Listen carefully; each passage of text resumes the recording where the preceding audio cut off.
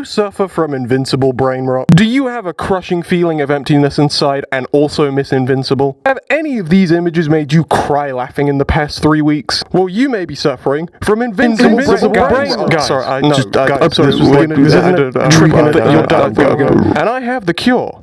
An Invincible video essay. So sit down, my lovely viewers, as I explain to you.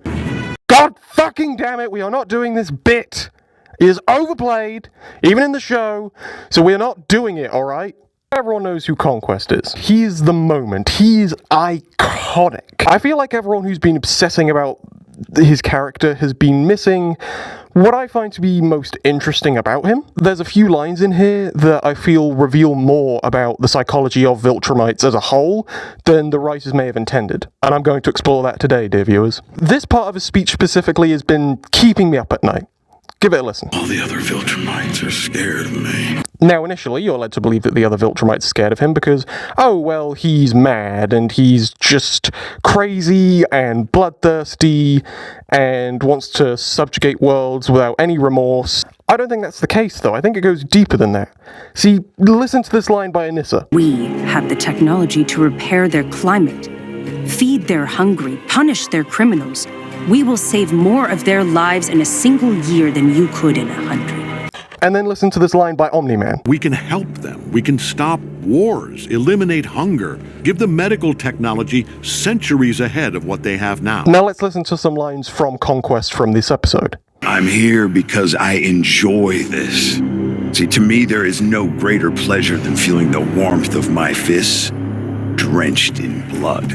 See, I believe him saying these things scares the Viltrumites because of one word, and it starts with an M. No. Motivation, there you go. Viltrumites fucking love talking about their motivations for conquering planets. Every time one fights Mark, regardless of their motivation, they feel the need to explain it.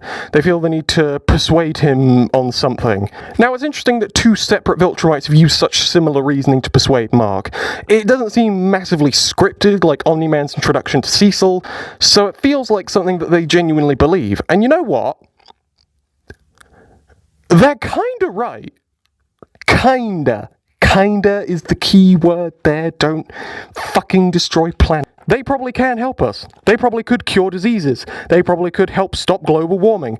And they seem to really want to. Or do they? You see, there's a question that's been nagging at me every time a scene like this is played. If you really want to help humans so much, why does that have to involve conquering the planet? Because they can just give us the cure to cancer, or keep fighting crime like Omni-Man has, and more recently how Mark and Who the fuck put the Immortal slander in my script? You know what? We'll get back to Immortal. Their actions and their motivations are so disconnected that they cannot possibly justify one another. I also find it interesting how they view other species like humans as insects or pets because they have longer lifespans and they're more powerful than humans, when Immortal has probably lived longer than any of them and is canonically as strong as one, even though he's maybe not as durable. He still valued the Guardians of the Globe as his friends, and that's led to one of the most justifiable crash outs of all time. That's right, I'm saving Immortal's reputation and you can't fucking stop me! I'm sick of all this slander about Immortal. I mean, everyone keeps saying, oh, he's so useless. Bro, he was canonically Abraham Lincoln. He canonically freed the slaves. I say he has done enough to warrant him saying, I'm going to retire in episode 7 of season 3. Alright? Even if we don't see it, we do know that he's been around for a long time and has been doing so much for Earth. And, you know, it kind of makes sense that he's gone now because Mark's around and he's stronger and people don't really need Immortal anymore. But that doesn't negate the good he did before. I mean, what other political figures could he have been? Gustav Stresemann? Rosa Parks? Jesus? Actually, that would make a lot of sense. It would also explain why he was white, even though, you know, I guess Immortal could have done, no. That's bad. I guess it would have been offensive back then, although, would he have made it offensive if he did it then?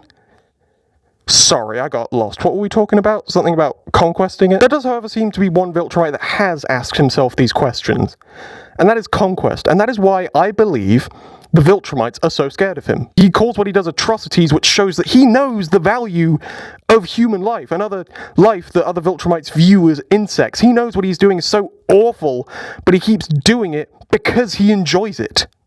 Because it is in his nature to kill and dominate and subjugate and conquer and conquest and conquest it. He's conquesting it. No invincible brain rot. Got you. Yeah, you were crying laughing there. No. We're going to recondition you. But why specifically would Conquest not believing in their cause scare them? Is it because they believe that he's not loyal, so he could kill them all at any point because he's stronger than them? I don't think so. And, if they see him as a tool, why would they be scared of him? I think it's because deep down, they're all just like him. So, humans and Viltrumites are very compatible when it comes to breeding, and I did spell compatible with a C-U-M in the script, because it's to do with sex. I am not sorry. This seems to imply that Viltrumites were at one point more human. They probably had shorter lifespans, they didn't have powers, and they probably had similar psychological traits to humans, including a conscience. And I believe that as they've evolved, deep down in their subconscious, that conscience is still in there. And a lot of them feel the need to justify their actions, similar to how people do in the real world when they do bad things. Or, maybe take another TV show that took the world by storm a few years ago as an example. Breaking Bad. Walter White does absolutely fucking monstrous things throughout the show. He did all of this because he enjoyed it. He had no real reason to do this other than he wanted to, he liked it, he enjoyed it. And yet all this time he still felt the need to justify it in some way because he knew that wasn't good enough. But I think they still feel the need to justify their actions because they're still way more human than they'd like to admit. They know what they're doing is wrong, but they enjoy it, and they want to justify it so they can keep doing it. But one Viltrumite isn't like the rest. Conquest. He knows what he's doing is bad, and he doesn't care. He just does it. And he's holding up a mirror to the other Viltrumites, into their subconscious, a window into their mind, and showing them their worst selves. So I think that, dear viewers, is why Conquest scares the Viltrumites. Not because he's a monster, but because they are. And he is a constant reminder of that. There's nothing written on this, by the way. It's just blank paper. I just want something to hold because I'm very awkward with my hands. Anyway, thanks for watching, dear viewer. Please consider subscribing so you can hear me fumble my words more and make stupid videos and rattle paper. Thank you very much. That sounded sarcastic, but no, thank you for watching. I love you guys. Thank you for your support. Thank you to my subscribers. Thank you very much. I appreciate you.